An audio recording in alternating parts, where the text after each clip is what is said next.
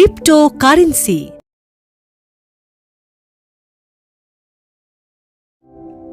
Cryptocurrency flexi trade. लोग परिवर्तनशील है। खुद को परिवर्तन करना ही मनुष्य का धर्म है। साथ ही दुनिया में सब कुछ परिवर्तनशील है। इसके अलावा एक चीज है जो समय के साथ मानव कल्याण के हेतु बार बार परिवर्तन हुआ है, वो है मुद्रा यानी करेंसी। और इस करेंसी के अगले बदलाव के नाम है क्रिप्टो करेंसी अर्थात गुप्त मुद्रा। क्या है ये नया करेंसी? आइए देखते हैं लोगों के मामले में ये नया मुद्रा कितने भरोसेमंद होगी। आइए कुछ दशक पहले इसके ऊपर ध्यान दें।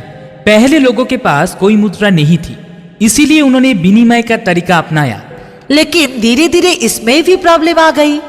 मान लीजिए किसी को चावल की जरूरत है, लेकिन उसके पास गाय है। लेकिन जिसके पास चावल है उसको गाय की जरूरत नहीं है। आ गया विपत्ति, क्योंकि अभी खोजना पड़ेगा किसके पास चावल है और उसको गाय की जरूरत है या नहीं। ऐसे में ही संकट बढ़ने लगा। इसीलिए बंद हुआ विनिमय पद्धति।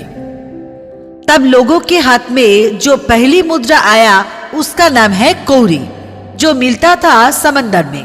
मछली पकड़ने वाला यानी मछुआरा मछली पकड़ना बंद करके कौड़ी पकड़ना शुरू कर दिया। इसलिए बहुत ही कम समय में वो लोग बहुत ही धनवान होने लगा समझ में। और दूसरी तरफ किसानों ने खेती छोड़ के और पशुपालक ने पशु पालना छोड़ के कौड़ी पकड़ना शुरू कर दिया। इस कारण मछली पकड़ना, पशु पालना, खेती बंद हो गया समाज में और सभी लोग कौड़ी पकड़ना शुरू कर दिया। इसीलिए धीरे धीरे बंद हो गया ये पद्धति भी। इसके बाद लोगों के हाथों में आया एक चमकदार धातु जिसका नाम सोना है। ये भूमि के अंदर पाया जाता था। बहुत ही कम समय में लोगों को आकर्षित किया ये धातु ने। लोगों ने धीरे धीरे इस धातु के बदले में खरीदारी शुरू कर दी। फिर शुरू हुआ मुद्रा प्रणाली का। छोटे बड़े कई आकार की सोने के सिक्का बनना शुरू हो गया। थोड़ी कम महंगी चीज के लिए आया चांदी का सिक्का। इससे और कम महंगी चीज के लिए आया कांसे का सिक्का, तांबे का सिक्का। ये तरीका कई दिनों तक चला। इतिहास के पन्नों में इस पद्धति का उल्लेख है आज भी। मूल रूप से ये पद्धति चलता था आकार के ऊपर निर्भर करके।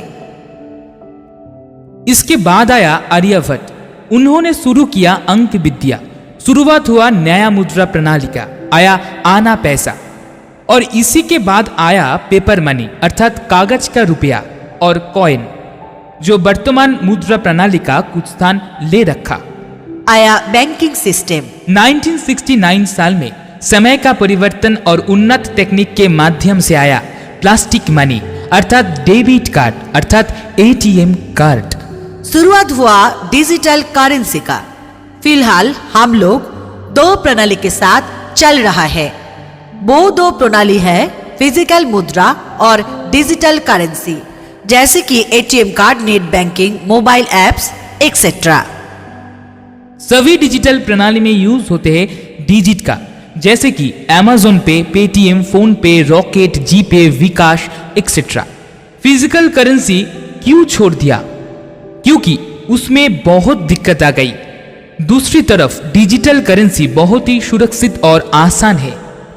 फिजिकल करेंसी में ले जाने की प्रॉब्लम है, जाल होने की संभावना है, लाने में रिस्क फैक्टर है और यहाँ से बाहर लाने में बहुत ही खर्च होता है।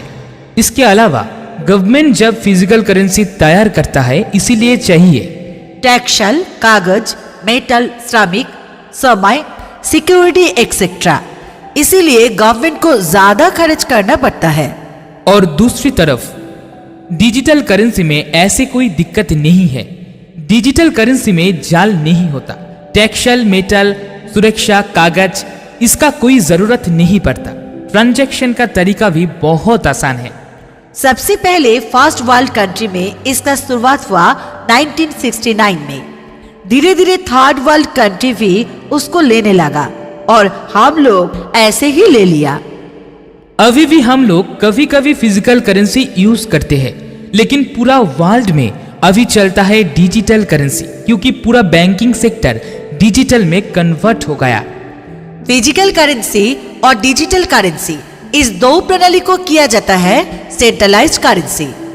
क्योंकि इस देश का मुद्रा उस देश में नहीं चलता है। हर एक देश में करेंसी का अगला अगला नाम और वैल्यू होता है। सभ्यता कभी रुकता नहीं। क्योंकि तकनीक आगे बढ़ रहा है, इसीलिए हर वक्त में चेंज आता है। पहले गलती मिटा के तब 2009 में आया परिवर्तन। दुनिया में आया और एक न्यू टेक्निक, वो है ब्लॉकचेन टेक्नोलॉजी। उसके माध्यम से जन्म लिया एक नया करेंसी जिसका नाम है क्रिप्टो करेंसी। क्यों आया ये क्रिप्टो करेंसी? डिजिटल करेंसी का गलती क्या है, चलिए देख लेते हैं। डिजिटल करेंसी आसानी से हैकिंग होता है।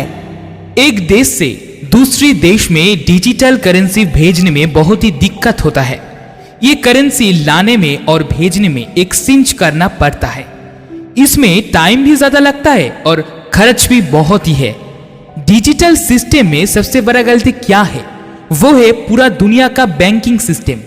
बैंक में जो पैसा हम रखते हैं उसका कोई सिक्योरिटी नहीं है, क्योंकि बैंक हमारा करेंसी यूज करता है लेकिन 100% सिक्योरिटी नहीं देता है। अगर बैंक दिवालिया हो जाए तब हमारी मेहनत की कमाई जो बैंक में रहता है वो कभी भी वापस नहीं मिलेगा। दुनिया में इस घटना की उदाहरण बहुत ही है। अगर कभी भी कोई देश का गवर्नमेंट खुद की जरूरत के लिए पैसा छपने लगा तब मुद्रा का वैल्यू गिरवट होता है। बहुत सारे कंट्री ऐसे में ही दिवालिया हो गया। इस सारी प्रॉब्लम के हेतु आया ब्लॉकचेन टेक्नोलॉजी। तैयार हुआ ब्लॉकचेन वॉलेट, जहां पर रहता है क्रिप्टो करेंसी जैसे कि bitcoin, Ethereum, ripple, Litecoin, Doge, Cardano, TRX etcetera. Blockchain technology में है क्या? हैकिंग करना पॉसिबल नहीं। ट्रांजैक्शन होता है ऑल ओवर द वर्ल्ड। इसीलिए इस करेंसी का दूसरा नाम है डिसेंट्रलाइज्ड करेंसी। ट्रांसफर होता है wallet to wallet, middle man का जरूरत नहीं, जैसे कि बैंक। ये करेंसी बहुत ही सुरक्षित है। किसी को भी मालूम नहीं पड़ेगा मेरा वॉलेट में कितना करेंसी है। इसीलिए इसका और एक नाम है, वो है गोपन मुद्रा। इसका और एक फायदेमंद दिक है, ये फिक्स्ड क्वांटिटी एसेट, ये संख्या में नहीं बढ़ता है। इसीलिए इसका वैल्यू भविष्य में 100% ऊपर जाएगा। पूरा वर्ल्ड इसमें आकर्षित होने लगा क्योंकि ये बहुत ही सुरक्षित और भरोसेमंद है। 2009 से फर्स्ट वर्ल्ड कंट्री यूज करने लगा ये करेंसी। थर्ड वर्ल्ड कंट्री भी धीरे धीरे यूज करने लगा। भविष्य में पूरा वर्ल्ड ब्लॉकचेन टेक्नोलॉजी में आ जाएगा। रहेगा एक ही वर्ल्ड, एक ही करेंसी, क्रिप्टो करेंसी।